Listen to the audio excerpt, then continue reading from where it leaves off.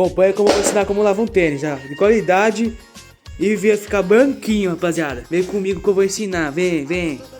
Primeiramente, rapaziada, você vai tirar a palmilha do tênis e o caldaço. Já tirado dos dois tênis, rapaziadinha, caldaço e a palmilha, ó, separadinho. Você vai pegar um detergente, uma escova de pé e uma bacia. Terceira etapa, colocar água na bacia. Agora, colocar detergente na água, bastante. Pronto. Dar aquela leve misturada com a mão. Jogar tudo dentro. Agora você deixa um pouco de molho na água com o detergente. E é isso, rapaziadinha. Ainda já puxa aquele escovinha de pé e já dá aquela esfregada. Assim, rapaziadinha, assim, ó. Pronto. Agora é só esperar a mizuneira secar. Tá ligado, minha tropa? Esfrega bem. E é isso aí, rapaziada.